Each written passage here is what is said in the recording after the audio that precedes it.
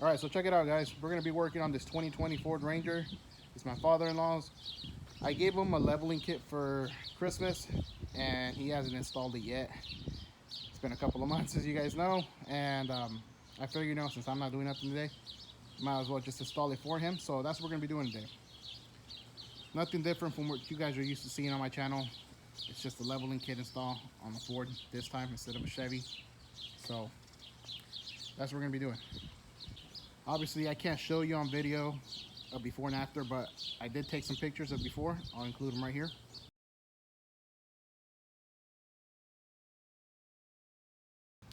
All right, so once you get the wheel off, you're gonna wanna remove these brackets here. One of them's holding on the brake line. The other one's holding on the ABS sensor. You're gonna have an 8 and a 10 millimeter here. Don't mind the chrome sockets on the impact. Just like that. Next, you're gonna wanna remove these clips right here. You got 2 of them holding on to the upper control arm. So, pry it. If you can get it in there. There's one. And you got another one back here. So,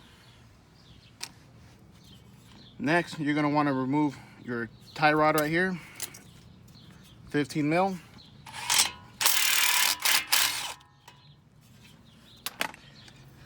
Sometimes they come off super easy. When they don't, just smack it right here with the hammer and it should break loose. Just like that.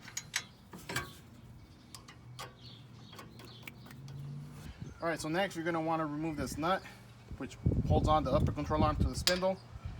Before removing the nut though, make sure you put a jack underneath the whole assembly here, because once you break that loose, the whole assembly's gonna wanna come down on you. So just put a jack underneath there, put a little bit of pressure on it, and then you can break it loose.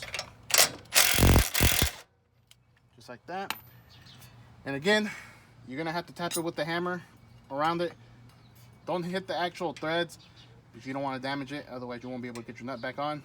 But yeah, just tap it with the hammer. Just like that.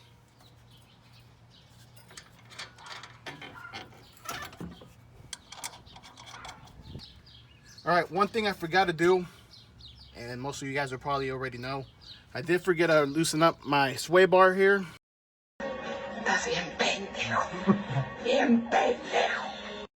We gotta loosen them up on both ends.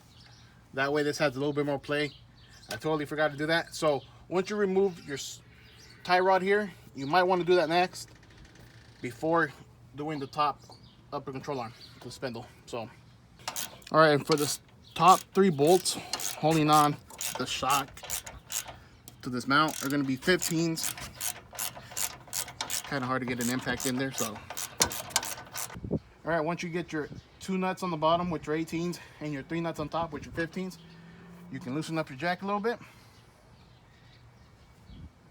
All right, so here we got the whole assembly out, and I didn't record the whole process because I had to have my helper help me out. One of us had to push down on this while we got it out of there. So anyways, this is how it's gonna go. I believe there's like a 2-inch spacer, so pretty much just sit it on top. There's really no right or wrong way of doing it. Either way fits. So for the original studs on the shock here, you're gonna want to use your original hardware you took off. And for the new studs here, the kit comes with new hardware, so that's what you're gonna be using on this. So new one on the new part, original hardware to hold down this spacer. So I'm gonna be using some thread locker just in case. You never know. I know the original ones do have a nylon lock in there. Don't forget to torque them down the spec. I believe it's like 46 foot-pounds or something on these top ones. The lower ones are gonna be, I think, 56 or 66. But yeah, just look at the manual. All right, guys, so I ran into a problem where my studs here from the mount, original mount, were taller than the spacer we're gonna put on.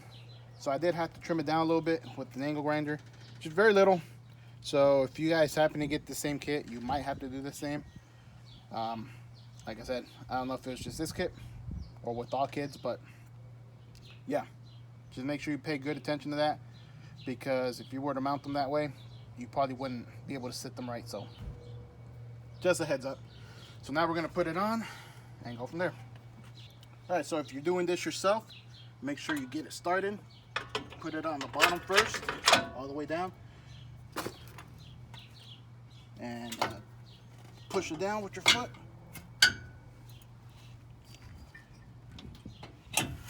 Might be a little difficult to do, but you can achieve it.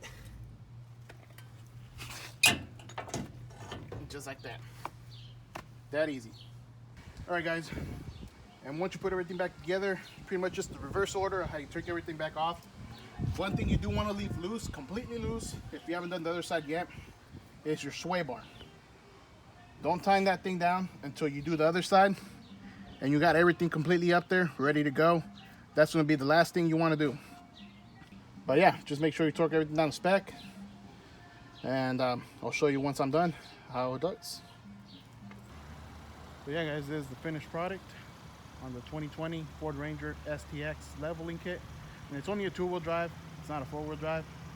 I'm not sure if it's the same process for a 4-wheel drive, but if it is, it won't take you any longer than an hour and a half to do both sides if you know what you're doing.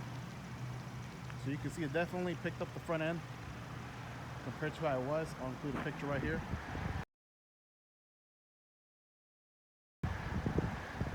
But now you can see it's pretty level with the rear. I know it's hard to catch it on camera, but believe me, it is as level as it's going to get, so not bad. I'll list the product down in the description below if you guys are interested. Hopefully this video helps you guys out.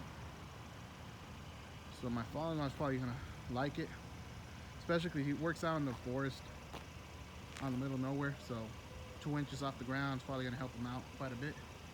I know it don't seem like a lot, but I'm sure it will. Not bad. Give you guys a view of the other side.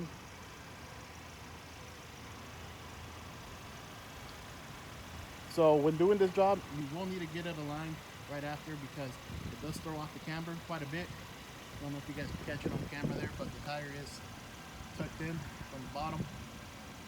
So definitely recommend an alignment after this. This side. So yeah, definitely a lot better, guys. Like I said, no more than an hour and a half to do. You know what you're doing. If you don't, I want to say you won't take more than 2 hours. Pretty straightforward. Just make sure you torque everything down to spec. No need to upgrade anything else. So yeah, hopefully you guys enjoyed the video. If you guys did, give it a thumbs up. Don't forget to comment, like, share, and subscribe. Catch you guys in the next one. Peace.